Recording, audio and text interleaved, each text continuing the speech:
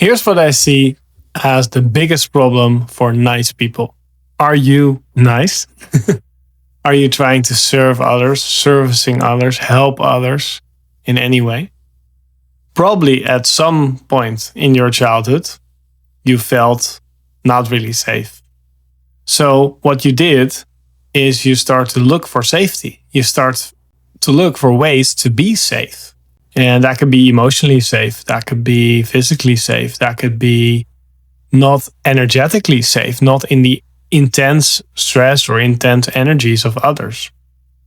And you start to be alert in how can I make sure that these people do not do the thing I do not like, right? How can I actually be sensitive towards what they need to not be stressed, to not be yelling at me, to not be saying that I need to do this or I need to do that. Basically, how can I please them? To feel better myself, because that's in the end what we want as kids. We want to feel good, right? And in order to feel good, we know that we can maybe help others feel good so we can feel good. So this sensitivity, whether it's inherent or it's trained, usually both, is something that happens through our childhood. And through that, we develop this pattern of pleasing others, servicing others, of conditional love, of actually only giving ourselves love if we create a right environment, if we create the right energy, if people are not behaving in a way we do not like. And that could be conditional love, which we set upon ourselves, but usually that's also trained by others. For example, our teacher says, sit straight. Our parents say, be quiet, don't yell, don't shout, do not be angry, go to your room if you're angry, or something like that. So you learn to conditionally love yourself, that you need to do something to be loved, that you need to do something, and that doing becomes servicing others, that doing becomes suffering for others, that doing becomes a way of trying to get others to be nice to you. It's giving your love away. It's saying, if I'm on my best behavior and the other person is validating that by acting normal, acting kind, or complimenting me, then I can love myself.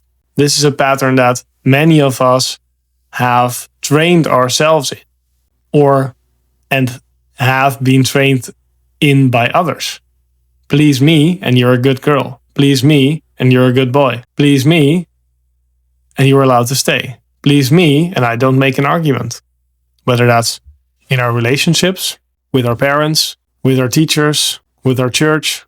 Many sensitive kids, and I would say all kids are sensitive, at least a lot of them are distorted in this way, that they learn conditional love. You're not good enough how you are. You need to do something to be good enough. You need to get good grades. You need to sit still. You need to do your homework. You need to go to the things we want you to go to. You need to listen, etc. And I have two daughters, so a part of this is unavoidable. You need to bring them to places. School starts at 9:00, for example. But then again, there's a part of us that's trained in this conditional love. And as parents, we can, of course, bring this unconditional love to them. But many people, especially if you're sensitive, you will pick up on this, will like you if you do a certain thing. If you act like they are acting. If you also think that Molly is not a nice girl. So this conditional love, it has run or is running so deep in us that we think that there's an inherent lack in us being if we're not jumping on the bandwagon of trying to fix every situation, trying to serve every situation, trying to act normal. That's the biggest lack belief I see, is that something is wrong with us, so we need to do something to fix that. And when we do that, then we can breathe because we get validation. If you want to break through this pattern, I'm more than willing to help you. Feel free to schedule a free coaching call.